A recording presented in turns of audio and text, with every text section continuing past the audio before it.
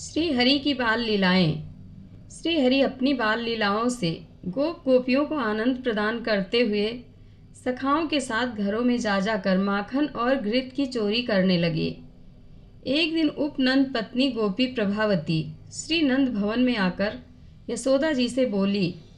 प्रभावती ने कहा, यशोदा रानी, तुम्हारे इस लाला ने चोरी कहाँ से सीखी है? माखन तो यह स्वयं ही चुराता फिरता है, परंतु तुम इसे ऐसा ना करने के लिए कभी शिक्षा नहीं देती। एक दिन जब मैंने इसे शिक्षा दी तो तुम्हारा यह ढीठ बालक मुझे चिढ़ाकर भाग गया। अरे, ब्रजराज का बेटा होकर चोरी करे, यह उचित नहीं है। प्रभावती की बात सुनकर यशोदा जी ने कहा, मैंने इसे डांट लगाई है। यदि तुम इसे माखन चुराकर खाते और मुख में माखन लपेटे हुए पकड़कर मेरे पास ले आओगी तो मैं इसे अवश्य ताड़ना दूंगी और घर में बांध रखूंगी। प्रभावती यशोदा जी की यह बात सुनकर चली गई। प्रेम के बंधन में बंधे कान्हा देखो क्या क्या रूप दिखाते हैं। सकल सृष्टि के संचालक माखन खातिर मैया से डांट खाते हैं।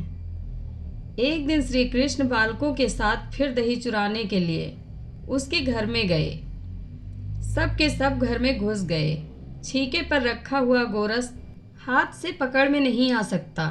यह देखकर श्री हरि ने स्वयं एक ओखली के ऊपर पीढ़ा रखा और ऊपर चढ़ गए, पर तब भी ना पा सके। तब श्री दामा और सुबल के साथ उन्होंने मटके पर डंडे से प्रहार किया। सारा माखन नीचे गिर गया। झट सारे ग्वाल बाल सहित माधो माखन खाने लगे। भांड फूटने की आवाज़ सुनकर गोपी प्रभावती वहां आ पहुंची। अन्य सब बालक तो वहां से भाग गए, किंतु श्री कृष्ण का हाथ प्रभावती ने पकड़ लिया। बाल कृष्ण भयभीत होकर मिथ्या आंसू बहाने लगे। प्रभावती उन्हें लेकर नंद भवन की ओर चली। बड़ी ही प्यारी झांकी है। नंद भवन में पहुंची तो सामने ही नंद राय जी खड़े थे। उन्हें देखकर प्रभावती ने मुख पर घूंघट डाल लिया। श्री हरि सोचने लगे, इस तरह जाने पर तो मैया अवश्य दंड देंगी। अतः भगवान ने प्रभावती के ही पुत्र का रूप धारण कर लिया। रोष से भरी प्रभावती यशोदा जी के पास शीघ्र जाकर बोली, इसने मेरा दही का बर्तन तोड़ दिया और सारा दही लूट लिया। यशोदा जी ने देखा, यह तो इसी का पुत्र है। तब वे हंसते हुए उस गोपी से बोली, पहले अपने मुख से घूंघट तो हटाओ, फिर बालक के दोष बताना।